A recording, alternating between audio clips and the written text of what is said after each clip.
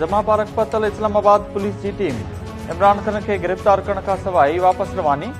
Toshakhana case में गिरफ्तारी warrant जारी थियण बाद इस्लामाबाद पुलिस की टीम इमरान खान के गिरफ्तार करण लाइ जमा पार्क पती वडे अंग में अगवान ऐं कारकुन बेपता पुलिस सां मुज़ाहिमत।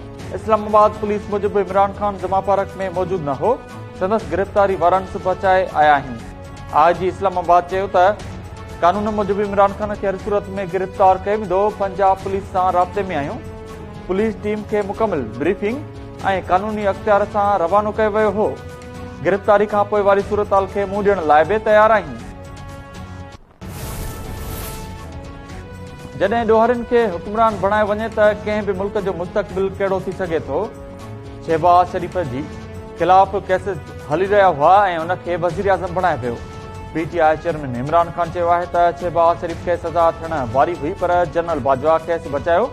वज़ीर आज़म थींदे ई शहबाज़ शरीफ़ एफआई ऐं नैब जे सरबराहन खे तब्दील कयो। 16 अरब रुपयनि जी करप्शन ऐं 8 अरब रुपयनि जी मनी लॉन्ड्रिंग जा केस ख़त्म कराया। जनरल बाजवा ॿुधणी हेठि केसेस मुलतवी कराईंदो रहियो। इमरान खान मुशावरत लाइ पार्टी अॻुवाणनि जो हंगामी इजलास बि तलब करे वरितो।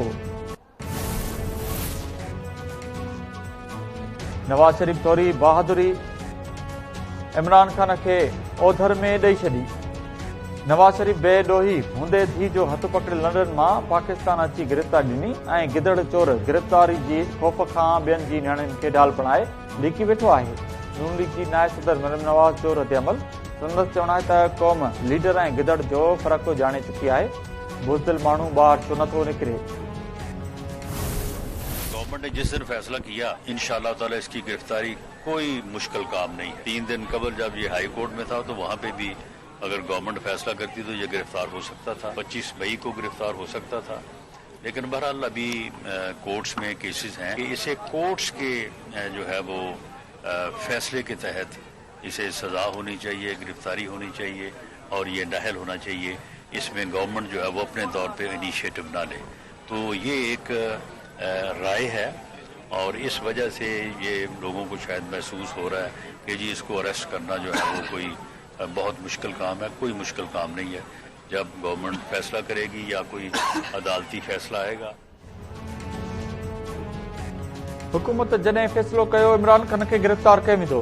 हुकूमत चाहे हा त 3 ॾींहं अॻु अदालत में पेशी वक़्त बि इमरान खान खे गिरफ़्तार करे सघे थी, पर अदालती हुकूमत ते हिन शख़्स खे गिरफ़्तार थियणु घुर्जे। वफ़ाक़ी घरू वज़ीर राणा सनावला चयो आहे त इमरान खान ते तोशाखाना केस में फर्द जुर्म लागू थियणो आहे। अदालत में पेश थियण ऐं सज़ा खां बचण लाइ इमरान खान बहाना करे रहियो आहे। कातिलाणे हमले बाबति इमरान खान जी कहाणी कूड़ ते ॿधल आहे।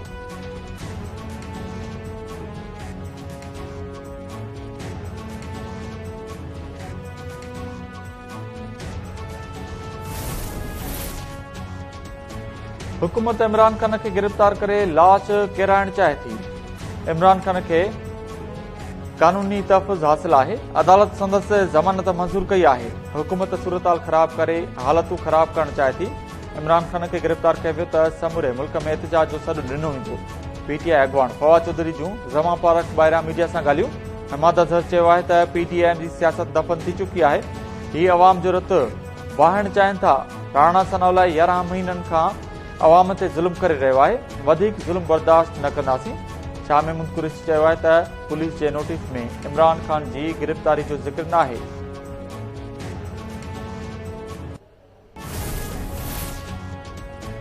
गिरफ़्तारी जे ख़ौफ़ खां इमरान खान जूं जंगूं ॾकी रहियूं आहिनि। जेल भरियो तहरीक जो सरबराह इमरान नियाज़ी अदालती हुकूमत तहत बि गिरफ़्तारी खां डिॼी रहियो आहे। सूबाई वज़ीर शर्जील मेमून चयो आहे त कानून जी हुकुमरानी जा भाषण ॾींदड़ इमरान खान कानून जा बखिया उॾाड़े छॾिया आहिनि। इमरान खान जी गिरफ़्तारी ते मुल्क खे नुक़सान पहुचाइण जी धमकी न ॾिनी वञे। खेसि गिरफ़्तार करण जो हुकुम अदालत ॾिनो आहे। जेकॾहिं इमरान बेगुनाह आहे त कारकुन जमा पार्क अचनि।